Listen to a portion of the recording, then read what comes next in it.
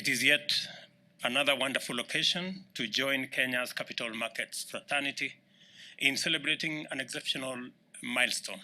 We are here today to witness the listing by introduction of the first real estate investment trust instrument to be issued by a pension scheme.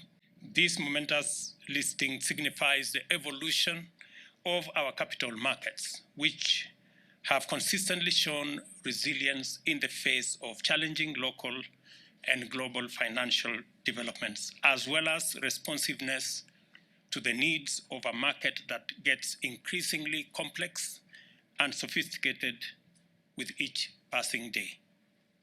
Our capital markets capacity to evolve on a sustainable, continuing basis is therefore a critical pillar of our competitiveness as an economy, and it is also a fundamental factor of our ability to finance development, thereby creating jobs and alleviating poverty. Today's introduction of the Trust Imara Real Estate Investment Trust is the culmination of commendable collaboration among industry stakeholders in pursuit of innovative instruments that enhance the credibility, competitiveness, liquidity, and efficiency of our capital markets. It is important to appreciate the role of a well-developed financial sector in powering national economic development. The presence of deep and efficient markets is a fundamental precondition for further economic growth. Kenya's financial sector is strong, competitive, and I say vibrant as well. A debt and equity market like ours has been effective in mobilizing domestic as well as international capital, thereby complementing other forms of financing, fostering the rational embrace of elements of risk inherent in new, innovative, and pioneering enterprises, and supporting long-term investment.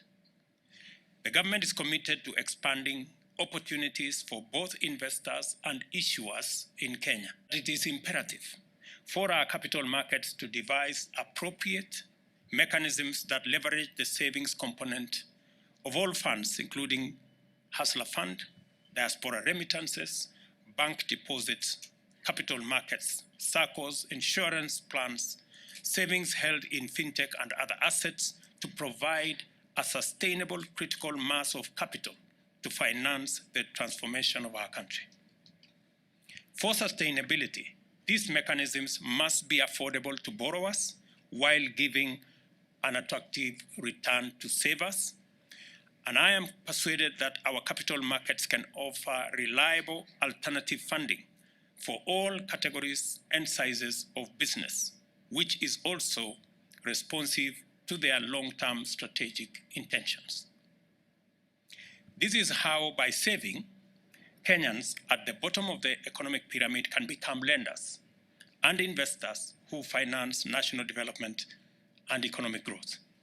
I've been to various parts of the country spreading the transformational footprint of our affordable housing program.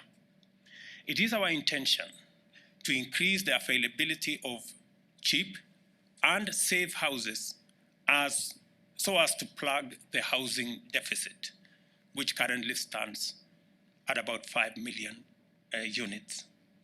The execution will combine efficient building and construction, consumption of local materials and locally manufactured accessories and fixtures, and the employment of hundreds of thousands of both skilled and unskilled workers. Just to put it in context, we managed to unravel this whole sector about real estate, which was for a very long time hostage to high-end development of housing units.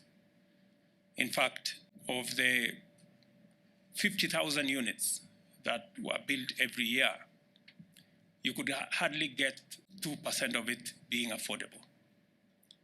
We decided to intentionally and deliberately desegregate the housing sector, and the biggest component that always impeded the development of not just affordable housing, but housing in general, was the cost of land. In fact, it contributed maybe up to anywhere between 20 and 30% of the cost of a house. We have since, as a government, made land for construction of houses free. And I want to congratulate many counties that have made close to 4,000 acres of land in very prime land in many parts of our towns across Kenya, worth anywhere between 20 and 30 billion Kenya shillings. That's the land that currently is available for housing that you don't have to pay for.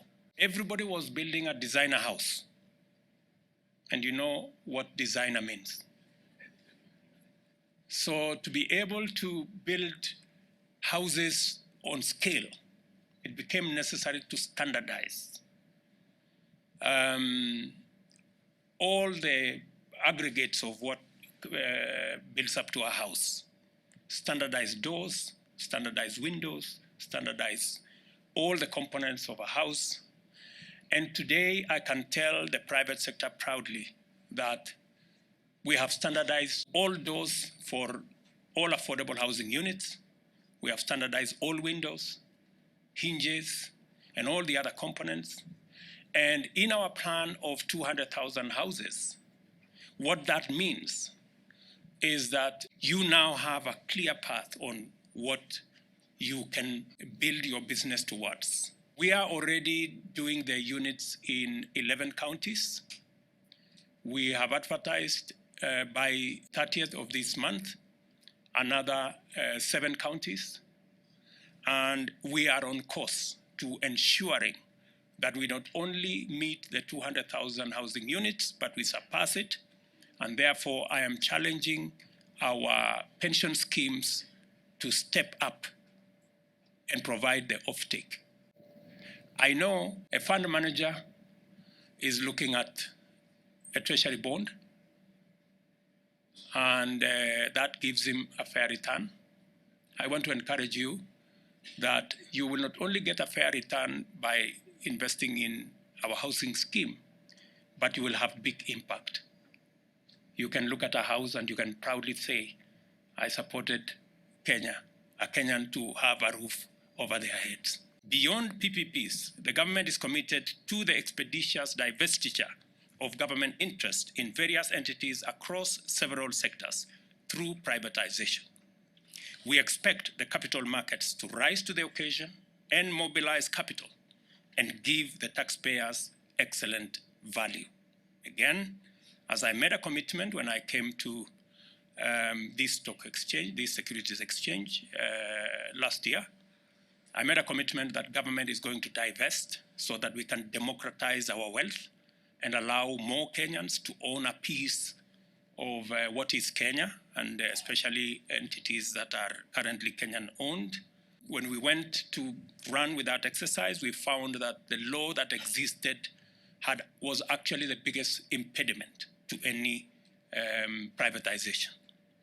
It's a law that has been there for the last almost 15 years, and it has made it impossible for any divestiture to happen and for any democratization of what is owned by government to be undertaken.